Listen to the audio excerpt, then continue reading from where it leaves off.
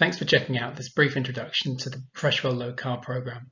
I'll explain a bit about our 6-module structured education course and highlight why this approach may be a bit different from other weight loss regimes that you might have come across before. I just need to get this bit out of the way first. This is for information only and it's not medical advice. Please check with your doctor or nurse before starting if you suffer from any significant health conditions, particularly if you're on type 2 diabetes medication or blood pressure medication. A bit of background, these modules are presented by two GPs, myself and Dr. Andrews, who are GPs at the Freshwell Health Centre in Finchingfield, Essex, and we've been doing the job for a combined 38 years between us. 3 years ago we discovered low carbohydrate approach, and I have to say it's been completely life-changing for us as doctors and for our patients as well. We started to see some quite stunning results quite quickly, and we haven't really looked back since. In the first year or so, we managed to help our patients lose an entire metric ton of weight, which is the weight of a small car. And the good news is that you really can lose weight, increase your energy levels, become healthier without counting calories, end of sessions at the gym, or feeling constantly tired and hungry all the time. We found the calories in, calories out model extremely unhelpful and counterproductive. And we also find a lot of our patients feel that they can't lose weight because they can't exercise. Whilst exercise is definitely helpful, it's by no means essential for weight loss, which can be achieved through dietary modification alone. Perhaps this is something new to you and maybe you'd like to give it a go. What are the benefits of a low-carb lifestyle? Well, we've mentioned already weight loss without hunger. We have quite literally hundreds of patients who've benefited from adopting this approach. Last time we counted, we had about 60 patients with type 2 diabetes who've put their diabetes into remission without medication and normal blood test results. We've also found for these people that we've been observing and following up their blood test levels that cholesterol levels seem to get a lot better. In addition to that, blood pressure readings come down and people can also reverse high blood pressure using this approach. It stands to reason that if you're reversing diabetes, getting better cholesterol levels and blood pressure levels without medication, then you're going to be at reduced risk of heart attack, stroke and dementia. Also, we found people commonly comment that their mental health improves and they're so much more alert and awake and with quite a lot of more self-confidence as well.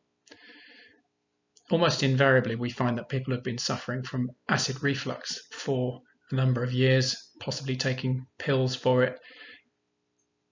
When people adopt a low-carb approach and do it well, they often find that their acid reflux disappears almost overnight. Irritable bowel and chronic pain are two things that we've also noted significantly improved as well.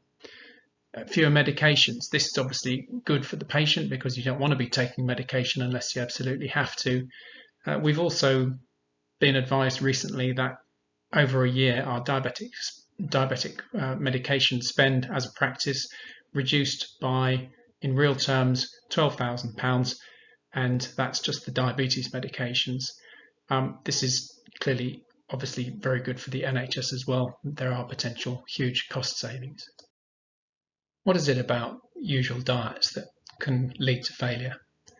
Well, firstly, as you might have gathered, we're not a fan of the calories in, calories out approach. Just by dropping the amount of calories and not really thinking about the type of food that's going in is not the best plan. So we disagree with a lot of traditional dietary approaches.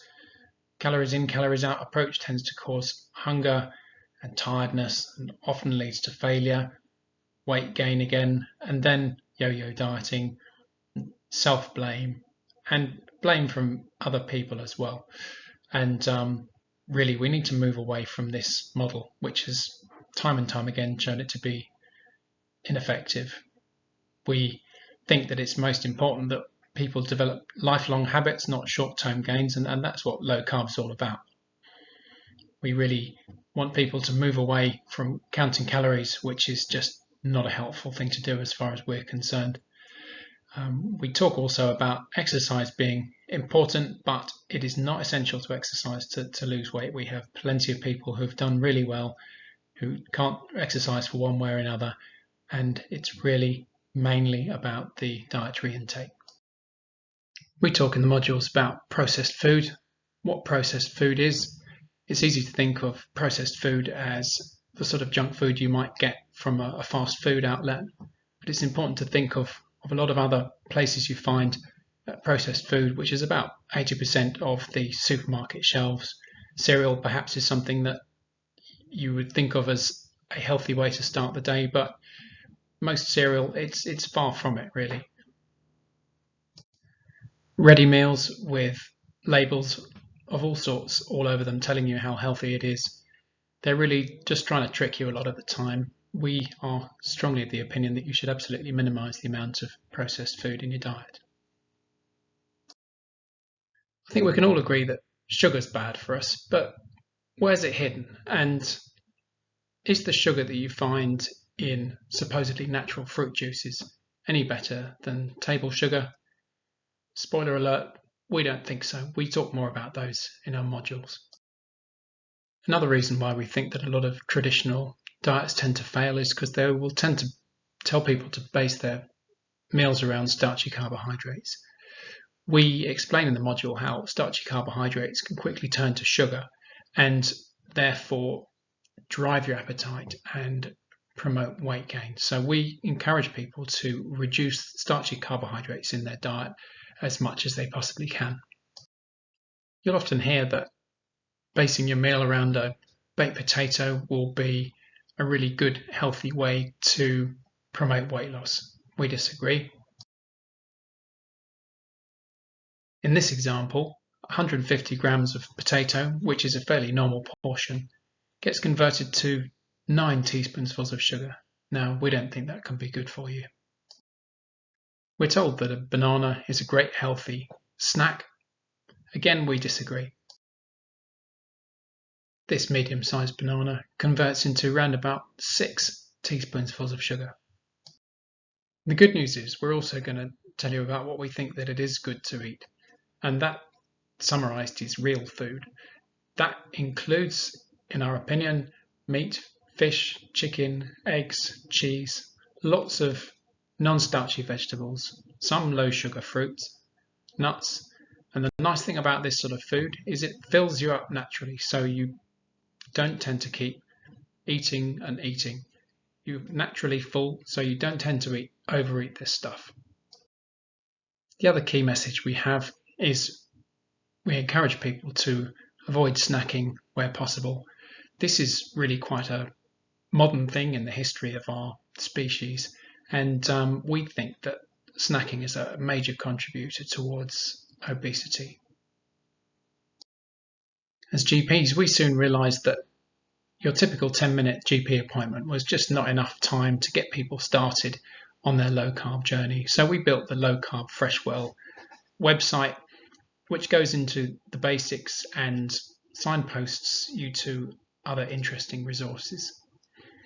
We've also got the meal planner, which Dr. Andrews wrote, really when people came back and they were asking for recipe ideas and inspiration as to what to eat.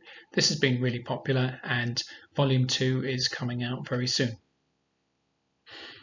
This is an introductory module, but we have 6 more modules that go into things in much more detail, presented by myself and Dr. Andrews.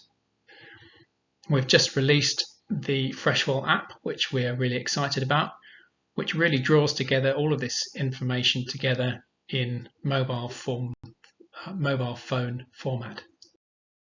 Thanks for staying to the end of this introductory module. I hope I haven't put you off too much. There's plenty of other videos to look at. There's the website, the meal planner, and the app. So feel free to have a look around, and I hope you find this useful. Thank you. Bye.